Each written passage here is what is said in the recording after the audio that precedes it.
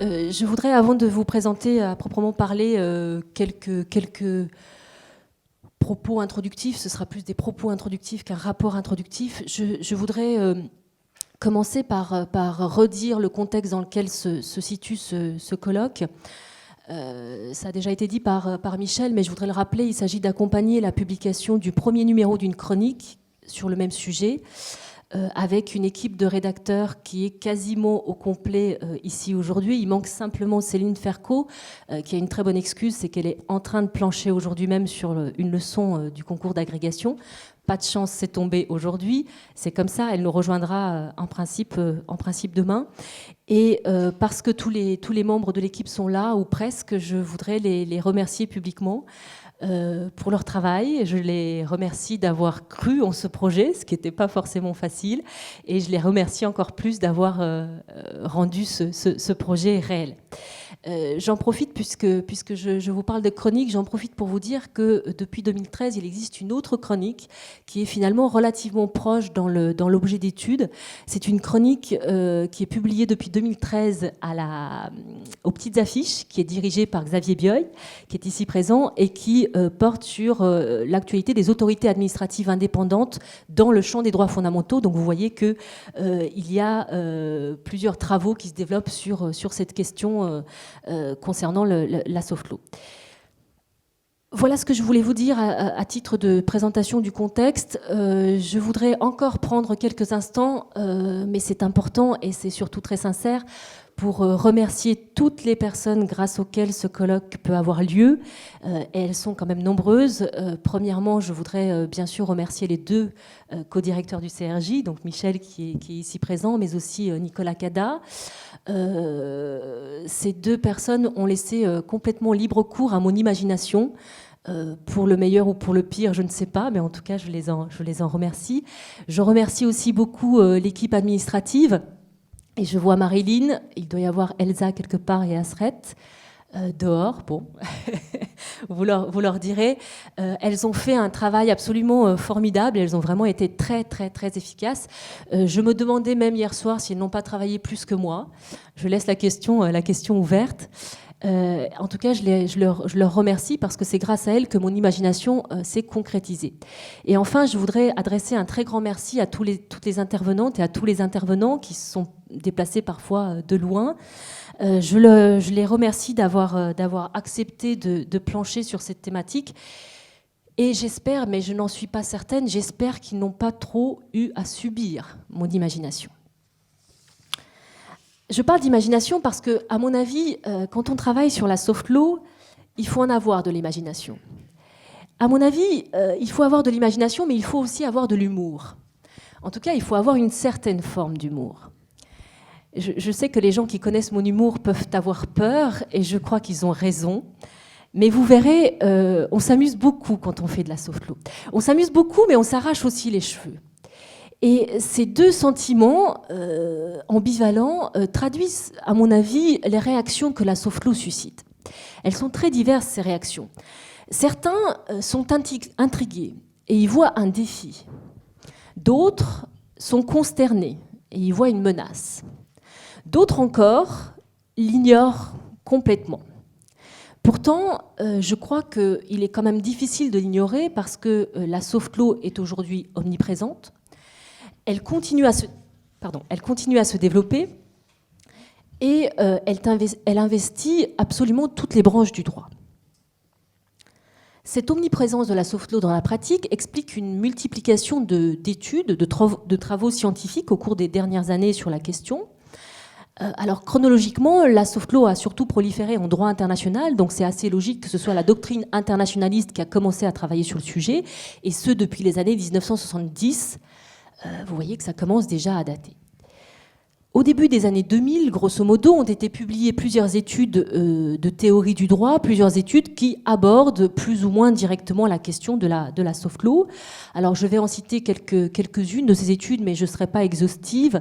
Je pense bien évidemment à la thèse de Pascal Demier sur le droit spontané. Je pense aussi à la thèse qui a déjà été évoquée de Stéphane Giry-Vernière sur les petites sources du droit.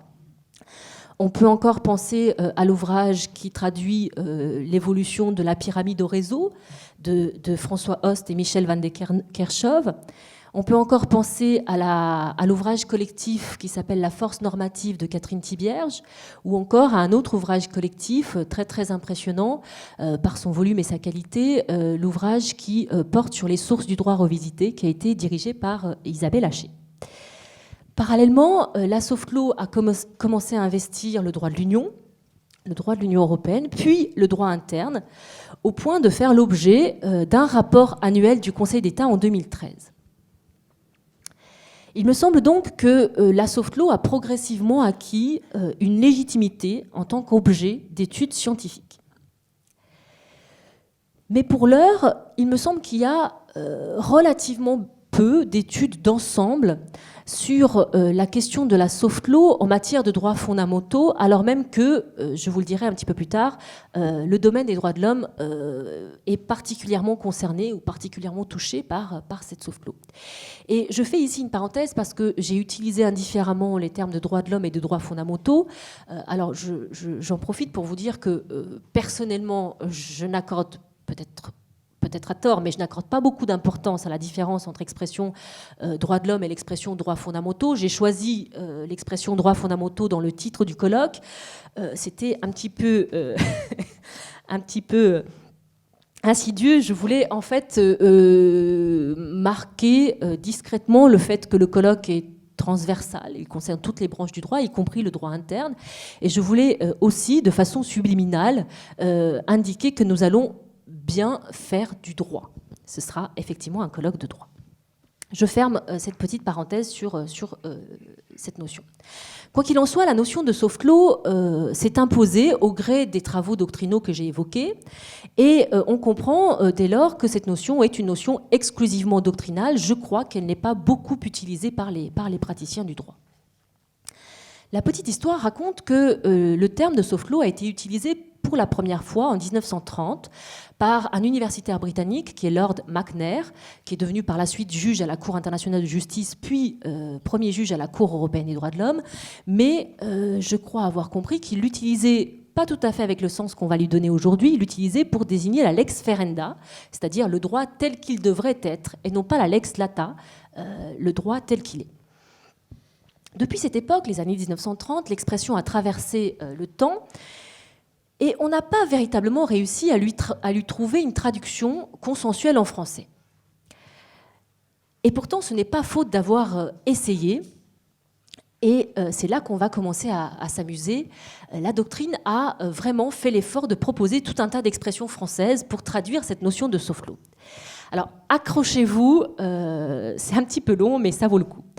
La doctrine a parlé de droit tendre, de droit assourdi, de droit flexible, de droit moelleux, celui-là je l'aime bien, droit moelleux, de droit malléable, de droit vert, et c'est à ça que je faisais référence avec mes petits bourgeons, de droit en devenir, de droit inachevé, de droit jeune, de droit insouciant, de droit à l'état gazeux, de droit mou, doux, flou, ou encore de droit souple.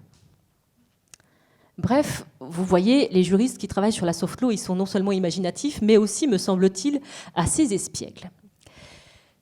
Le problème, c'est qu'aucune de ces expressions n'est véritablement neutre, et donc j'ai choisi pour ma part de rester sur le terme original, malgré l'anglicisme, sur le terme de Softlaw. Une autre question s'est posée, c'est la question de savoir s'il faut parler de la Softlaw ou du Softlaw. Personnellement, vous avez remarqué que j'utilise le féminin parce que je considère que le terme law est la traduction non pas du droit, donc masculin, mais de la loi, et la loi au sens de source matérielle du droit. Personnellement, j'utilise le féminin, mais à vrai dire, je vous dirai un petit peu plus tard que le phénomène de Softlaw est tellement, recouvre des instruments tellement hétérogènes que je me demande s'il ne faudrait pas parler des Softlaw. Vous voyez que je rajoute un petit peu au brouhaha général en termes sémantiques. Vous constaterez quand même que dans ce que je considère comme étant un ultime geste d'audace, j'ai décidé dans le titre du colloque de supprimer absolument tous les pronoms. Je parle de Softlaw et droits fondamentaux, ce qui me simplifie la vie. Alors malheureusement, je n'ai pas pu évacuer de la même façon tous les problèmes. Et il faut que je vous dise qu'au-delà des problèmes d'appellation de cette chose, la doctrine s'est longuement interrogée sur la définition qu'il faut donner à cette notion et sur la question de savoir si la soft law fait partie du droit ou pas. On voit donc que le sujet est théorique et qu'il touche à la question, la vraie question en droit, en théorie du droit, qu'est-ce que c'est que le droit ? Mais le sujet est aussi très pragmatique et Michel avait raison de souligner, c'est un petit peu la ligne de structuration du colloque schématiquement. Et ce sera aussi la ligne de structuration de mes propos introductifs, puisque je vous propose de dire dans un premier temps quelques mots sur cette notion qui reste mystérieuse. Et puis, dans un deuxième temps, je vous propose de dire quelques mots sur les enjeux de la soft law en matière de droits fondamentaux. Une notion mystérieuse d'abord, je crois que la notion de soft law se définit facilement par la négative. Ce n'est pas de la hard law, ce n'est pas ce droit noble qu'on enseigne traditionnellement dans les facultés de droit. Autrement dit, ce n'est pas un droit étatique, un droit imposé d'en haut, un droit rendu obligatoire et sanctionné par l'autorité étatique, un droit assez précis et hiérarchisé, bref, ce droit qu'on connaît tous et qu'on pratique tous. Reste à savoir si on peut définir positivement la notion de soft law. Et là, moi aussi, je suis saisie par l'embarras et je dois vous avouer, peut-être au risque de vous décevoir, que je ne sais pas ce que c'est que la soft law. Et peut-être pire encore, je ne suis pas sûre de pouvoir la reconnaître absolument dans tous les cas. Je voudrais en effet vous montrer qu'en dépit de plusieurs tentatives doctrinales de clarification, il reste encore de nombreuses incertitudes. Premier point, donc, les tentatives doctrinales de clarification. Et c'est là qu'on commence à s'arracher les cheveux. Et puis, à mon sens, quand on n'a plus de cheveux, on commence à s'amuser. C'est-à-dire qu'on commence à s'amuser quand on arrive à accepter l'idée que finalement, il va falloir travailler sur une notion qui est intrinsèquement énigmatique, intrinsèquement équivoque. Si on veut donner du sens au mot law, il faut considérer, à mon avis, que la soft law est un phénomène normatif, c'est-à-dire que c'est quelque chose qui essaye d'inciter, d'influencer le comportement des destinataires. Mais une fois qu'on a dit ça, ça ne règle pas tous les problèmes, parce que la notion de soft law, je vous le disais, est une notion attrape-tout. Elle regroupe des phénomènes très, très, très hétérogènes, si bien que la doctrine a essayé d'établir des sous-catégories. La distinction qui me paraît la plus importante est celle qui distingue le contenant soft du contenu soft. Premier cas de figure donc, la souplesse est dans le contenant. Autrement dit, on s'intéresse aux instruments porteurs de la norme et ces instruments ne sont ni juridiquement obligatoires, ils ne créent pas des droits et obligations, et ils ne sont pas non plus juridiquement contraignants, c'est-à-dire qu'en cas de violation, on ne peut pas appliquer une sanction juridique. On parle dans ce cas-là de soft law formel, de soft instrumentum ou de soft law para ou péri-législative, et il y a d'autres formules que je n'évoquerai pas. Dans ce cadre rentrent par exemple les résolutions du Conseil des droits de l'homme, ou encore les résolutions du Parlement français, les décisions et recommandations du Défenseur des droits, ou encore les codes de conduite qu'adoptent les entreprises. Ça, c'est le premier cas de figure. Deuxième cas de figure, c'est le contenu qui est souple. Dans ce cas, l'instrument porteur de la norme est juridiquement contraignant et ou obligatoire, mais il contient des normes floues, des normes flexibles, des normes imprécises. On parle alors de soft law matériel, de soft negotium ou de soft law intra-législative.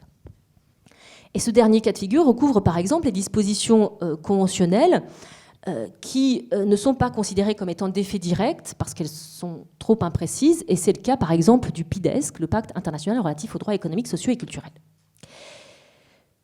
Jusque-là, je crois que ça va à peu près. Là où ça se complique, c'est que tout le monde n'est pas d'accord pour savoir ce qu'il faut englober dans la notion de soft law. Certains disent, en fait, la soft law englobe les deux cas de figure. D'autres, qui se revendiquent du courant plutôt positiviste, disent, en fait, il faut restreindre la soft law à la seconde hypothèse, l'hypothèse du soft negotium, parce qu'ils considèrent que si l'instrument porteur de la norme n'est pas juridiquement obligatoire, n'est pas juridiquement contraignant, eh bien, il n'y a aucune raison d'utiliser le mot law, ce n'est pas du droit du tout. Et puis, il y a une autre série d'auteurs dont je fais partie qui limite la soft law à la première hypothèse, c'est-à-dire au soft instrumentum, en estimant que, à partir du moment où l'instrument porteur de la norme est juridiquement contraignant ou obligatoire, eh bien, c'est de la hard law soft peut-être, mais de la hard law quand même. Et de ce point de vue, on peut souligner que le droit fourmille de tout un tas de notions qui sont flexibles, qui sont floues, par exemple l'ordre public, et qu'on arrive très bien à vivre avec. J'ai donc proposé aux intervenants de retenir que la soft law désigne des instruments qui sont non juridiquement contraignants ou obligatoires, c'est la partie soft, mais qui sont normatifs, c'est la partie law. Vous allez me dire, c'est déjà un premier résultat, et c'est vrai. Le problème, c'est que cette première conclusion ne permet pas d'évacuer toutes les interrogations, et je voudrais passer à mon deuxième point qui porte sur les hésitations persistantes. Et là encore, on s'amuse et on s'arrache les cheveux. Le problème, c'est que tout ce que je viens de vous dire, tous les critères que j'ai établis, peuvent facilement voler en éclats, ou en tout cas être ébranlés. J'ai commencé par vous dire que la soft law est normative, c'est-à-dire qu'elle cherche à inciter, elle cherche à influencer le comportement des destinataires. Le problème, c'est que la notion de normativité n'est pas binaire. Il n'y a pas les instruments qui sont normatifs et les instruments qui ne sont pas normatifs. Il y a plutôt une échelle de normativité, des degrés dans la souplesse. Et le problème, c'est que ce n'est pas facile de savoir si certains actes relèvent déjà ou relèvent toujours de la soft law, d'autant plus qu'un acte ayant la même dénomination, par exemple une circulaire, peut changer de nature en fonction de son contenu et du contexte. Difficile de dire, par exemple, si les actes dont l'intensité normative est très faible, par exemple, les États pourraient envisager de promouvoir, est-ce que ces actes-là relèvent déjà de la soft law ? C'est ce que Sébastien van Druckenbroek appelle la very soft law. Pascale Demier, elle parle de droit souplissime. Moi, franchement, je crois qu'ils s'amusent eux aussi. Difficile encore de dire si ce que moi j'appelle la soft law dure, je m'amuse, on est en plein dans l'oxymore, est-ce que cette soft law dure, par exemple une soft law qui exhorte les destinataires à faire quelque chose, est-ce que ça c'est encore de la soft law ou est-ce qu'on est déjà dans la hard law ? J'ajoute que la normativité est évolutive, puisque la normativité d'une norme peut être renforcée par un mécanisme de contrôle de la mise en œuvre de cette norme. Et de ce point de vue, la soft law est généralement surveillée par des mécanismes qui comptent sur l'accompagnement, sur le soutien, sur le conseil, plutôt que sur la sanction. C'est ce que les professeurs Chase, qui sont des universitaires américains, appellent des mécanismes sans dents. Je trouve que l'expression est assez parlante. J'ai précisé ensuite que la soft law ne crée pas de droit ni d'obligation à l'égard des destinataires. Et là encore, ce n'est pas toujours facile de savoir si ce critère est rempli. Par exemple, comment apprécier le fait que les recommandations du Comité des ministres du Conseil de l'Europe soient assorties d'un rapport explicatif, comme les traités ? Comment apprécier le fait que certains États émettent des réserves à l'égard de certaines déclarations du Comité des ministres, comme pour les traités ? Est-ce qu'on peut considérer dans ce cas que les États se sentent toujours complètement déliés de tout droit et de toute obligation à l'égard de ces instruments ? Je ne sais pas, pour moi, les déclarations, les recommandations relèvent de la soft law. J'ajoute que d'autres critères d'identification de la soft law ont été avancés, critères que personnellement je ne retiens pas. Le Conseil d'État français, par exemple, considère que la soft law doit être nécessairement autonome de tout processus normatif, ce qui exclut de la soft law tous les travaux préparatoires. Bon. Comment faut-il évaluer alors les avis de la Commission nationale consultative des droits de l'homme, par exemple, qui peut être appelée à se prononcer en amont sur une proposition, un projet de loi ? Quid des tierces interventions ? Quid des opinions séparées des juges, par exemple devant la Cour européenne des droits de l'homme ? Un autre critère posé par le Conseil d'État consiste à considérer que la soft law doit avoir un degré de formalisation suffisant. Le problème, c'est que bien évidemment, on n'a pas de seuil pour savoir quand on a atteint ce niveau de formalisation suffisant. J'entendais ce matin, je ne sais pas si vous l'avez entendu aussi, une interview du défenseur des droits. Est-ce que c'est de la soft law ? Que dire d'une correspondance, une correspondance publique ? Je ne répondrai pas à ces questions pour la simple et bonne raison que je ne sais pas trop y répondre. Bref, vous l'avez compris, il n'y aura pas au cours de ce colloque de liste consensuelle des instruments qui relèvent de la soft law. Il n'empêche que la notion est peut-être suffisamment circonscrite pour qu'on essaye de réfléchir à l'impact de cette soft law en matière de droits fondamentaux. Ce qui m'amène à mon deuxième point portant sur les enjeux en termes de protection des droits de l'homme. Le but du colloque est de tester la cohérence, l'utilité de la soft law en matière de droits de l'homme. Et moi, je me pose deux questions à ce sujet. Première question, est-ce qu'il y a une spécificité de la soft law en matière de droits fondamentaux ?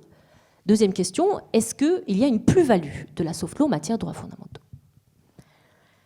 Première question, est-ce qu'il y a une spécificité de la soft law dans le domaine des droits fondamentaux ? Il me semble que les droits de l'homme se distinguent dans leur lien avec la soft law sur 4 points. 4 points. Premièrement, je crois qu'en matière de droits de l'homme, tout a commencé par la soft law. Et je pense ici à la DDHC, Déclaration des droits de l'homme et du citoyen, ou à la DUDH, Déclaration universelle des droits de l'homme. Et on a eu ensuite un durcissement et une juridictionnalisation de ce droit. Et c'est assez surprenant parce que dans les autres branches du droit, c'est le processus exactement inverse qu'on constate. Deuxième aspect, en matière de droits de l'homme, on est obligé de réfléchir en termes de pluralité. Pluralité des ordres juridiques, pluralisme des systèmes de protection et donc pluralisme des sources, ce qui aboutit à une multiplication et à une hétérogénéité des instruments de soft law qui sont particulièrement présents dans ce domaine. Troisièmement, le pluralisme incite à une circulation normative et c'est le prix de la cohérence du droit des droits de l'homme. Mais alors, plusieurs questions surgissent. Est-ce que la soft law sert à créer du lien entre les différents ordres juridiques ou est-ce qu'au contraire, il faut l'accuser d'être à l'origine d'un désordre systémique ? Autre question, pourquoi la soft law est-elle davantage prise en compte par les juridictions régionales de protection des droits de l'homme, davantage que par les juges internes ?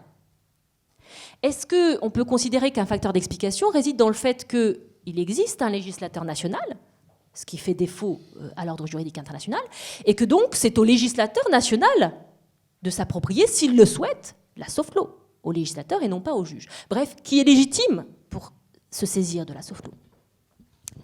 Autre question importante qui a déjà été abordée dans un article publié par Françoise Tulkens, par Sébastien Van Drugenbroek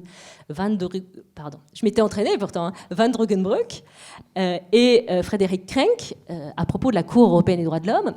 Existe-t-il et ou faut-il imaginer un régime juridique applicable à l'invocation de la soft law dans un contexte contentieux ou quasi-contentieux ? Alors qu'est-ce que ça veut dire ? Qui doit invoquer la soft law ? Quand faut-il invoquer la soft law ? Est-ce que toute norme de soft law est invocable ? Ou alors est-ce qu'il faut atteindre un certain seuil de normativité ? Peut-on faire produire des effets rétroactifs à la soft law ? Faut-il la soumettre au principe du contradictoire ? La règle lex posterior s'applique-t-elle à la soft law ?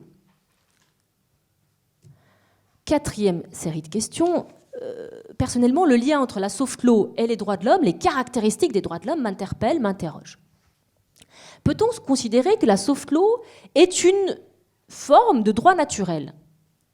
Et quand on voit que le défenseur des droits peut régler certaines affaires en légitimité et non pas en légalité, non pas en droit, eh bien, on pourrait se dire que la réponse est plutôt positive. Autre question, n'y a-t-il pas une forme de contradiction entre la solennité des caractéristiques des droits de l'homme, on les dit fondamentaux, on les dit naturels, inhérents à l'homme, contradiction entre cette solennité des caractéristiques des droits de l'homme et la souplesse de la soft law. Et puis, dernière question, peut-on considérer que la soft law est une manière de favoriser l'universalité des droits de l'homme ? Et là encore, on pourrait être tenté de répondre par la positive quand on sait que nombreux sont les instruments de soft law qui, en fait, résultent d'une compilation de bonnes pratiques, c'est-à-dire qui permettent de construire un droit commun à une certaine échelle. À la question de savoir s'il existe une certaine spécificité de la soft law, j'en ajoute une dernière. Est-ce qu'il y a une plus-value de la soft law en matière de droits de l'homme ? Il me semble qu'on conçoit assez facilement que la soft law se glisse dans les interstices de la hard law pour améliorer la protection des droits de l'homme. Et je vois plusieurs apports sous cet angle. Le premier rapport résulte directement du mode d'élaboration de la soft law, qui est beaucoup plus rapide. Et donc la soft law parvient à régir un certain nombre de domaines très, très, très actuels. Par exemple, l'état d'urgence actuellement. Le deuxième apport, la soft law est non contraignante, non obligatoire, ce qui lui permet d'être souvent plus exigeante que la hard law. Par exemple, la soft law peut dépasser une approche strictement juridique en exigeant qu'un comportement soit légitime et non pas seulement légal, ce qui est plus exigeant. Troisième apport, la soft law peut dépasser une approche strictement juridictionnelle et vous voyez là qu'on glisse d'une réflexion sur les normes à une réflexion sur les mécanismes de contrôle, les deux étant quand même assez liés. Alors l'approche juridictionnelle consiste en général à protéger un individu isolé ou un groupe restreint et à se prononcer sur une situation concrète. Eh bien, les mécanismes de soft law permettent une approche plus globale, plus systémique, et cette approche, cette complémentarité d'approche plutôt, est favorisée à chaque fois que les institutions génératrices de soft law sont autorisées à intervenir devant le juge. C'est le cas pour le défenseur des droits, c'est le cas par exemple pour le contrôleur général des lieux de privation de liberté, c'est le cas encore pour le commissaire aux droits de l'homme du Conseil de l'Europe. Ces différents apports, et on peut sans doute en imaginer d'autres, méritent d'être testés. Mais il faut aussi se demander, à mon sens, si la soft law est nécessairement protectrice des droits de l'homme. La soft law ne pourrait-elle pas être utilisée comme un instrument de marketing pour mieux faire vendre ? C'est une critique qui est souvent adressée à l'encontre des codes de conduite dont se dotent les entreprises. Je suis par ailleurs persuadée pour ma part que la plus-value de la soft law est tributaire de sa légitimité. Il faut que la soft law soit légitime. Et de ce point de vue, je me demande s'il ne faut pas entretenir une certaine prudence à l'égard du fait que des acteurs privés peuvent, par le biais de la soft law, intervenir dans la construction du régime juridique applicable aux droits de l'homme. Est-ce que ces acteurs privés ne pourraient pas être tentés de faire vaciller l'intérêt général au profit d'intérêts privés catégoriels ?